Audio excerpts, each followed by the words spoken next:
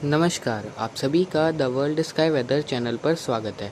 आज के वीडियो में हम अगले 3 से 4 सप्ताह के दौरान बंगाल की खाड़ी और अरब सागर दोनों में किस प्रकार मौसमी सिस्टम यानी कि वेदर सिस्टम बनने की संभावनाएं नज़र आ रही है। इसके अलावा उन वेदर सिस्टम्स की इंटेंसिटी और ट्रैक किस प्रकार अलग अलग मॉडल्स कैसा ट्रैक उन सिस्टम्स का दिखा रहे हैं।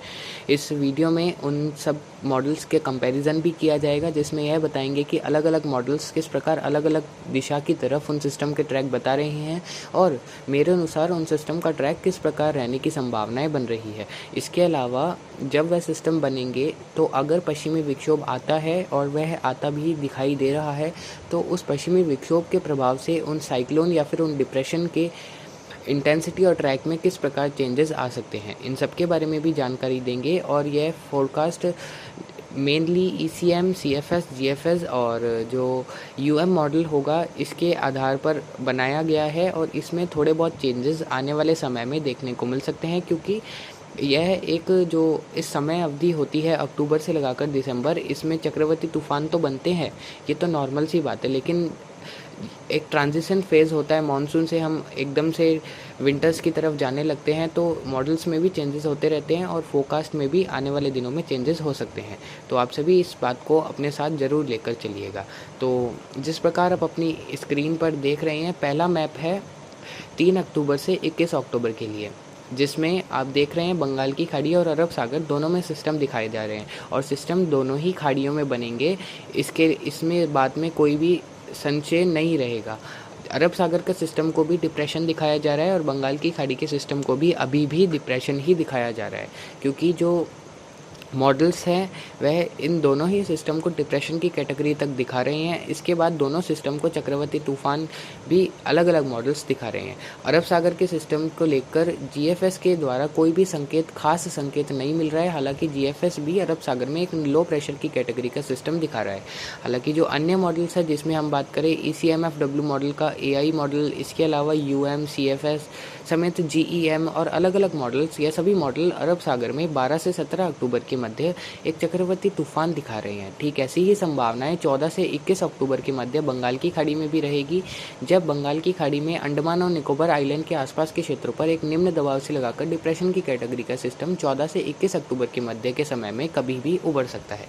उसके बाद आगे चलते हुए यह सिस्टम चक्रवाती तूफान का रूप भी ले सकता है। इसको लेकर भी एनसेम्बल मेंबर है जो मॉडल होते हैं वह काफ़ी अच्छे संकेत दे रहे हैं कि यह चक्रवाती तूफान भी बन सकता है लगभग 16 से 18 या फिर 19 अक्टूबर के मध्य। और इन सिस्टम के ट्रैक की बात की जाए तो बंगाल की खाड़ी के सिस्टम का ट्रैक बस 2 ही ट्रैक रहने के चांसेस है, जिसमें आप पहला ट्रैक देख सकते हैं उत्तरी तमिलनाडु से लगाकर आंध्र प्रदेश के क्षेत्रों के ऊपर, और दूसरा ट्रैक है सिस्टम का आंध्र प्रदेश के सेंट्रल भागों यानी कि विशाखापट्टनम, श्रीकाकुलम से लगाकर ब्रह्मपुर ओडिशा के बीच, जो कि GFS दिखा रहा है, और CFS आंध्र प्रदेश में इस सिस्टम का लैंडफॉल दिखा रहा है। इस सिस्टम के बांग्लादेश की तरफ जाने की संभावनाएं बिल्कुल भी नहीं है, और कुछ दर्शकों ने कहा भी था कि आप अपनी नॉलेज लगाइए और हम अपनी नॉलेज लगाते हैं और देखना यह सिस्टम बांग्लादेश की तरफ जाएगा। हालांकि मुझे तो बांग्लादेश की तरफ इस सिस्टम के जाने के चांसेस नहीं दिखाई दे रहे हैं। अरब सागर के सिस्टम की बात की जाए तो अरब सागर का सिस्टम भी एक डिप्रेशन से लगाकर साइक्लोनिक स्टॉर्म या फिर सीवियर साइक्लोनिक स्टॉर्म बन सकता है, और अरब सागर के सिस्टम को लेकर सभी मॉडल्स की तरफ से केवल GFS को छोड़कर सभी मॉडल्स अरब सागर में चक्रवाती तूफान दिखा रहे हैं। इवन ECMFW का AI मॉडल भी अरब सागर में चक्रवाती तूफान दिखा रहा है। और जो ट्रफ आप देख रहे हैं वह WD है, अपर लेवल वेस्टर्ली ट्रफ भी कह सकते हैं WD को। तो जब यह अरब सागर में सिस्टम बनकर उत्तर की तरफ बढ़ेगा लगभग 16 से 19 अक्टूबर के मध्य, तो जिस प्रकार अक्टूबर मंथ के फोरकास्ट वीडियो में बताया गया था कि 17 से 22 अक्टूबर के मध्य उत्तर भारत में एक पश्चिमी विक्षोभ की दस्तक हो सकती है, तो AI मॉडल वही पश्चिमी विक्षोभ को कैप्चर कर रहा है, और जिसको मैंने अपनी वीडियो में भी दिखाने, यानी कि जो आप स्क्रीन पर ट्रफ और जो नीचे झुकी हुई लाइन देख रहे हैं वह ट्रफ होती है, जो इसके दोनों तरफ रिज होती है और ये बीच में कन्वर्जेंस जोन होता है, एक कन्वर्जेंस और एक डाइवर्जेंस। तो अगर यह अपर लेवल वेस्टर्ली ट्रफ यानी कि WD की जो ट्रफ होती है वेस्टर्ली जेट स्ट्रीम अरब सागर के उत्तरी भागों से लगाकर सेंट्रल भागों तक आ जाती है, जिस प्रकार AI मॉडल संकेत कर रहा है, तो जो भी सिस्टम चाहे साइक्लोन बने अरब सागर में या फिर डिप्रेशन या लो प्रेशर ही रह जाए, उस सिस्टम को रिकर्व करने पर यह ट्रफ वेस्टर्ली जेट स्ट्रीम बहुत ज़्यादा मजबूर करेगी। जिस प्रकार आपने देखा होगा कि बंगाल की खाड़ी से सितंबर माह में जो सिस्टम उठे थे वह मध्य प्रदेश के आसपास के क्षेत्रों तक आकर उत्तर प्रदेश के क्षेत्रों पर रिकर्व कर गए। वह सिस्टम क्यों रिकर्व करे? क्योंकि उस दौरान पश्चिमी जेट धारा काफ़ी ज़्यादा दक्षिणायन थी, जो कि इस सिस्टम को आगे आने नहीं दे रही थी। ठीक ऐसी ही संभावनाएं जब अरब सागर का सिस्टम उत्तर पश्चिम की तरफ बढ़ेगा तो ऐसी संभावनाएं रहेंगी कि उस दौरान जो पश्चिमी जेट धारा होगी वो काफ़ी ज़्यादा दक्षिणायन हो सकती है, जिसकी वजह से पश्चिमी जेट धारा इस सिस्टम को आगे जाने में मदद नहीं करेगी और इस सिस्टम को पाकिस्तान या फिर गुजरात के क्षेत्रों की तरफ ही रिकर्व करा देगी। ऐसी संभावनाएं कई मॉडल्स के अनुसार दिखाई दी जा रही है, जिसमें आप रेड लाइन का जो ट्रैक देख रहे हैं वह CFS मॉडल और एक UM मॉडल है, इसके अनुसार दिखाया जा रहा है। और जो वाइट लाइन का ट्रैक देख रहे हैं वह है ECMFW का AIFS मॉडल। तो ये दोनों ही ट्रैक पाकिस्तान और गुजरात की तरफ ही दिखा रहे हैं। ओमान की तरफ सिर्फ एक मॉडल दिखा रहा है जो कि नेवजेम कह सकते हैं, वह मॉडल ओमान की तरफ दिखा रहा है। हालांकि अपर लेवल वेस्टर्ली ट्रफ पर ही यह सभी निर्भर करेगा कि बंगाल अरब सागर का सिस्टम ओमान की तरफ जाता है या फिर पाकिस्तान की तरफ। फिलहाल इसके पाकिस्तान दक्षिणी पाकिस्तान से लगाकर यानी कि कराची से उत्तरी गुजरात के नलिया के बीच टकराने की संभावनाएं 70% तक बन रही है और 30% संभावनाएं इस सिस्टम की ओमान की तरफ जाने की है।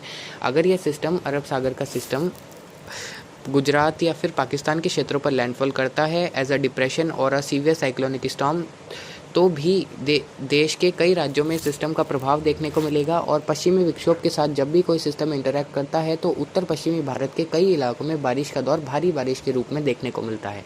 ऐसी संभावनाएं आने वाले दिनों में बन सकती है। मैं ये नहीं कह रहा हूँ कि ऐसा होगा, मैं ऐसा कह रहा हूँ कि अगर ऐसा पश्चिमी विक्षोभ या फिर पश्चिमी जेट धारा दक्षिणायन इतनी ज़्यादा हो जाती है और इस सिस्टम को रिकर्व करने पर मजबूर कर देती है तो ये दोनों सिस्टम आपस में इंटरैक्ट करेंगे। WD और जो भी डिप्रेशन या साइक्लोन अरब सागर में बनेगा और उन दोनों के इंटरेक्शन की वजह से उत्तर पश्चिमी भारत के क्षेत्रों में सामान्य से ज़्यादा और कई इलाकों में मध्यम से भारी बारिश हो सकती है। ऐसा आने वाले दिनों में होगा या नहीं, इसके बारे में लगातार आगे जानकारी देते रहेंगे। और अगर ऐसा होता है तो गुजरात में तेज़ हवाओं के साथ बारिश होगी, यानी कि 100 से 140 किलोमीटर तक के हवाओं के झोंके भी अगर यह सिस्टम साइक्लोन से सीवियर साइक्लोन बनता है तो गुजरात और पाकिस्तान के क्षेत्रों में देखने को मिल सकते हैं। इसके साथ ही राजस्थान से लगाकर संपूर्ण पश्चिमी पूर्वी पाकिस्तान, पंजाब, हरियाणा, दिल्ली, उत्तर प्रदेश के क्षेत्रों में भी बारिश की गतिविधियों के रूप में तीसरे सप्ताह से लगाकर चौथे सप्ताह के दौरान इस सिस्टम का प्रभाव होने की संभावनाएं रहेंगी। और बंगाल की खाड़ी में जो सिस्टम बनेगा उसकी वजह से उत्तरी तमिलनाडु से लगाकर संपूर्ण तेलंगाना, दक्षिणी छत्तीसगढ़, ओडिशा के भी दक्षिणी भागों और आंध्र प्रदेश के क्षेत्रों में भारी से अति भारी बारिश होने की संभावनाएं रहेंगी। और इस दौरान तेज हवाएं भी चल सकती है अगर यह सिस्टम सीवियर साइक्लोन से लगाकर वेरी सीवियर साइक्लोन बन जाता है तो। फिलहाल इसके डिप्रेशन से लगाकर सीवियर साइक्लोन के बीच बनने की संभावना ज़्यादा है। कुछ मॉडल्स इसको वेरी सीवियर साइक्लोनिक स्टॉर्म भी बना रहे हैं। इसकी वजह से मैप में मैक्सिमम इंटेंसिटी इसकी साइक्लोन से लगाकर वेरी सीवियर साइक्लोन की दी है। और कुल मिलाकर कहें तो अरब सागर और बंगाल की खाड़ी दोनों में 3 से 21 अक्टूबर के मध्य सिस्टम बनने की संभावनाएं रहेंगी, जो कि साइक्लोन भी बनेंगे। ऐसी संभावनाएं सभी मॉडल्स के अनुसार दिखाई जा रही है। और मुख्य रोल रहेगा पश्चिमी जेट धारा का अरब सागर के सिस्टम को रिकर्व कराने में। पश्चिमी जेट धारा काश दक्षिणायन हो जाए और ये सिस्टम भारत के क्षेत्रों की तरफ ही बढ़ जाए, क्योंकि गुजरात और राजस्थान के जो दक्षिण पश्चिमी इलाकों के किसान हैं वह लगातार कमेंट में बताते हैं कि हमें पानी की ज़रूरत है। तो काश यह सिस्टम राजस्थान और गुजरात के क्षेत्रों की तरफ बढ़ जाए। तो उम्मीद करेंगे कि यह सिस्टम रिकर्व करे और इन सभी इलाकों में जहाँ जहाँ बारिश की कमी है वहाँ बारिश दे और उन लोगों को भी इच्छा पूरी हो जाए। और बंगाल की खाड़ी का सिस्टम और आगे बढ़ते हुए उत्तरी तेलंगाना और महाराष्ट्र के क्षेत्र तक भी पहुँच जाएगा, जिसकी वजह से इन सभी इलाकों में महाराष्ट्र से लगाकर मुंबई, गोवा, इसके अलावा कर्नाटक के भी कई इलाकों में भारी बारिश की गतिविधियाँ लगभग 17 अक्टूबर से लगाकर 24 अक्टूबर के मध्य होने की संभावनाएं बनेंगी। आप सभी को समझ आ गया होगा कि इन दोनों सिस्टम का ट्रैक किस प्रकार रहेगा।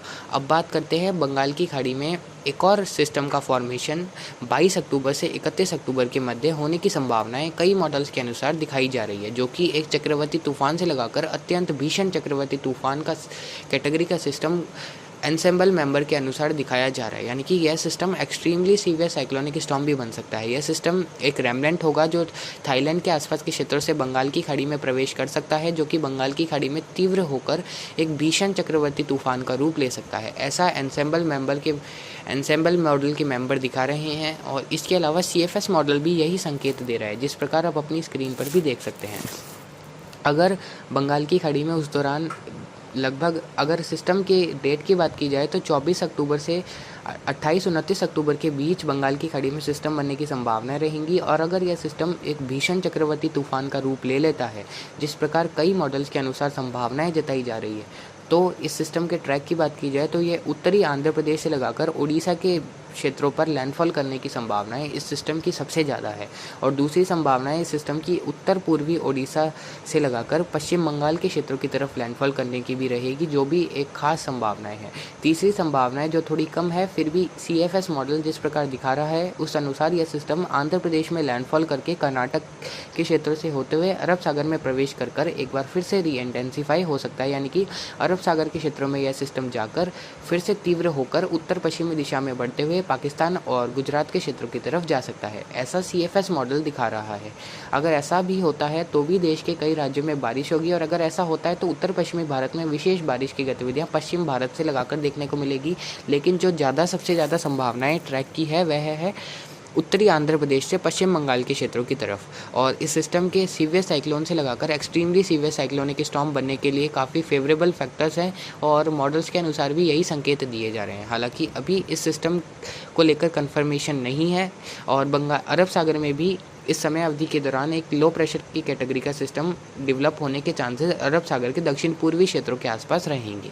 और इस सिस्टम के प्रभाव से जिस प्रकार अभी संभावनाएं बन रही है, झारखंड से लगाकर बिहार, पूर्वी उत्तर प्रदेश, मध्य प्रदेश, छत्तीसगढ़, ओडिशा, पश्चिम बंगाल, संपूर्ण उत्तर पूर्वी भारत के असम, मेघालय, नागालैंड, मणिपुर, मिजोरम, त्रिपुरा, अरुणाचल प्रदेश के क्षेत्रों में अत्यंत भारी बारिश होने की संभावनाएं इस सिस्टम के प्रभाव से बनेगी, अगर ऐसा सिस्टम और ऐसा इंटेंसिटी का सिस्टम बनता है। और अगर एक्सट्रीमली सीवियर साइक्लोनिक स्टॉर्म की इंटेंसिटी का सिस्टम बन जाए तो ओडिशा से लगाकर पश्चिम बंगाल के कई इलाकों में भीषण हवाओं का दौर भी देखने को मिल सकता है, यानी कि 180 से 240 किलोमीटर प्रति घंटे की रफ्तार से हवाएं भी देखने को मिल सकती है। ऐसा मॉडल बता रहे हैं, मैं ये कंफर्म नहीं कर रहा हूँ कि ऐसा सिस्टम बनेगा और ऐसा ट्रैक रहेगा। सिर्फ स्टार्टिंग में भी आपको वीडियो के बता दिया था कि मैं इस वीडियो में सिर्फ मॉडल क्या बता रहे हैं वही बताऊँगा, अपना ट्रैक भी बताऊँगा। और मुझे ऐसा लग रहा है कि बंगाल की खाड़ी में इस समय अवधि के दौरान एक डिप्रेशन से लगाकर सीवियर साइक्लोन या फिर वेरी सीवियर साइक्लोनिक स्टॉर्म की कैटेगरी का सिस्टम बन सकता है, जो कि ओडिशा को हिट करके उत्तर पश्चिम दिशा में बढ़ते हुए उत्तर प्रदेश के आसपास के क्षेत्र पर पहुंच सकता है। ऐसा मुझे अभी की परिस्थितियों को देखकर लग रहा है। मॉडल जो बता रहे थे वह आप सभी को बता दिया है, और आप सभी सबसे पहले उन सिस्टम पर ध्यान दें जो 7 अक्टूबर के बाद बंगाल की खाड़ी और अरब सागर दोनों में बनेंगे, क्योंकि वह सिस्टम ही और उन सिस्टम के ट्रैक पर ही मायने रखेगा कि देश के किन राज्यों में कितनी बारिश होगी। और सभी मॉडल्स के अनुसार सिस्टम्स भी बनेंगे, साइक्लोन भी बनेंगे, और साइक्लोन बनकर देश में पश्चिम भारत से लगाकर पूर्वी भारत के कई इलाकों में अच्छी खासी बारिश की गतिविधियों को बढ़ाने में भी मदद करेंगे। इसके अलावा उत्तर भारत में बात करें तो अगले 4 से 7 अक्टूबर, उसके बाद 9 से 12 अक्टूबर के मध्य जो 2 पश्चिमी विक्षोभ आने की संभावनाएं बताई गई थी, वह पश्चिमी विक्षोभ उन्हीं तारीखों को आने के चांसेस है। और उत्तर भारत में 4 से 7 और 9 से 12 अक्टूबर के मध्य खंड बारिश की गतिविधियां पंजाब, हरियाणा, दिल्ली, राजस्थान, जम्मू कश्मीर, हिमाचल प्रदेश, उत्तराखंड, इसके अलावा पश्चिमी उत्तर प्रदेश में 4 से 7 और 9 से 12 अक्टूबर के मध्य होने की संभावनाएं रहेंगी। एक छोटी सी समरी भी वीडियो के लास्ट में देने की कोशिश करते हैं, तो आप देख सकते हैं उसमें लिखा हुआ है tropical system is expected in Arabian sea between 12 to 17 October which may become a cyclone letter, जिसके बारे में आपको इस वीडियो में जानकारी दे दी गई है कि अरब सागर में 12 से 17 अक्टूबर के मध्य सिस्टम बनेगा, जो कि एक चक्रवाती तूफान का रूप ले सकता है। उसके बाद लिखा हुआ है कि if Arabian sea system hits Gujarat then there will be chances of above normal rains over west and north west India. इसका मतलब यह है कि अगर अरब सागर का सिस्टम गुजरात या फिर पाकिस्तान के क्षेत्रों पर लैंडफॉल कर राजस्थान के क्षेत्रों की तरफ बढ़ जाता है, तो उत्तर पश्चिमी भारत और पश्चिम भारत के कई इलाकों में सामान्य से अधिक बारिश होने की संभावनाएं उस सिस्टम के प्रभाव से रहेगी। थर्ड पॉइंट ये है कि बे ऑफ बंगाल में host a system probably a cyclonic storm between 14th to 21st October, 100% chances of its track towards India, maximum expected intensity will be cyclonic storm to very severe cyclonic storm. इसका मतलब है कि बंगाल की खाड़ी में एक depression बनेगा 14 से 21 अक्टूबर के मध्य, जो कि एक चक्रवाती तूफान से लगाकर वेरी सीवियर साइक्लोनिक स्टॉर्म की कैटेगरी के बीच का सिस्टम बन सकता है, और इसका ट्रैक भारत की तरफ रहने के 100% चांसेस है। इस सिस्टम के बांग्लादेश की तरफ जाने के चांसेस मुझे बिल्कुल भी नज़र नहीं आ रहे हैं। और उसके बाद लिखा हुआ है western disturbance is also expected in the 3rd week of October which में change the direction of the cyclone, जिसके बारे में आपको बता दिया है वीडियो में कि अगर पश्चिमी विक्षोभ की तरफ ज़्यादा दक्षिणायन हो जाती है तो सिस्टम रिकर्व करने पर मजबूर हो जाएगा। तो आप सभी को समझ आ गया होगा, काफ़ी लंबा वीडियो हो चुका है। तो फिलहाल अभी की अपडेट के लिए इतना ही। आगे की जानकारी इन चक्रवाती तूफान और सिस्टम को लेकर देते रहेंगे। नमस्कार।